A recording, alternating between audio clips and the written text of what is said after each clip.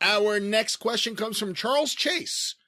On episode 58 of the 605 Super Podcast, Brian and his co-host got briefly into a discussion about who was the best working referee.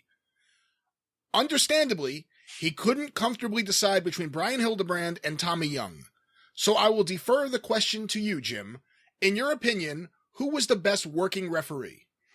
Well, but see, the way that question is phrased, it sounds like who was the referee who was the best wrestler.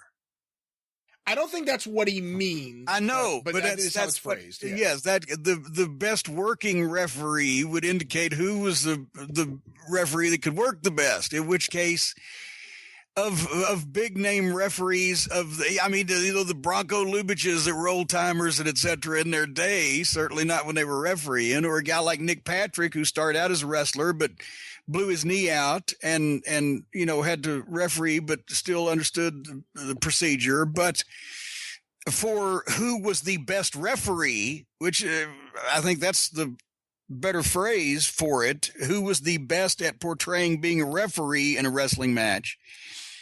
And I'm not obviously not trying to put Brian in second place for anything, but even he would say Tommy was the best. And because he did it so much longer and at a higher level, unfortunately, than Brian was able to achieve, just because, by the time that Brian was on TV refereeing WCW title matches, they were not between Flair and Steamboat the first time around, right? Tommy Young got that entire Mid-Atlantic wrestling stretch to be brilliant. Ronnie West, in his own old-time way, was also a fantastic performer as a referee. Brian was in the top. He was on the Mount Rushmore, I think, and also didn't do it very long either. So he would have been better as time went on. But I think he ranks with Tommy, but Tommy's still got to be. Tommy's like the Bobby Heenan of refereeing to me. How would you rank Jerry Calhoun? Stiff as a fucking board, a fucking crowbar. He would cover you and put the point of his elbow into your Adam's apple and just lean in on you to cave in your windpipe.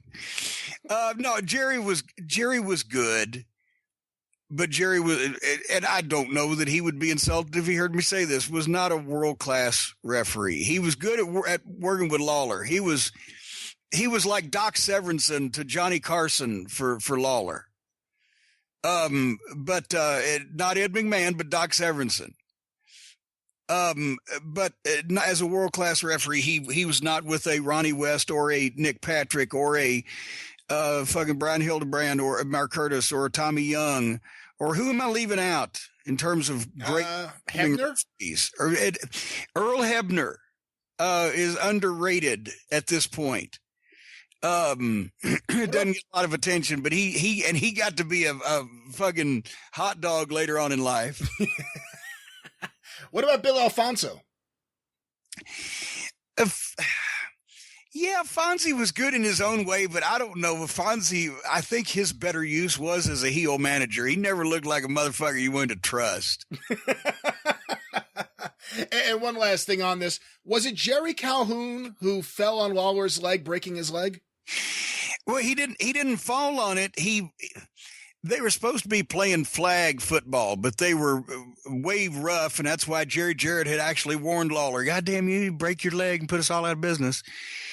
And Calhoun more or less went for a tackle grabbing the flag, and it was muddy. It was wet, and Lawler's foot got stuck in the mud. And so the dive for the flag, that was supposed to be a dive for the flag, ended up being he tackled him and broke his fucking leg.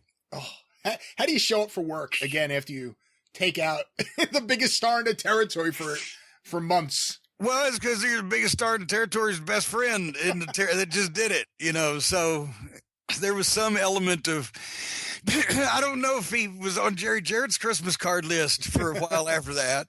And his sister was married to Lawler, right? Oh God, that's right. Yeah, it was Paula. So Calhoun was his brother-in-law anyway. Wow. Memphis. That's Memphis wrestling for you, folks.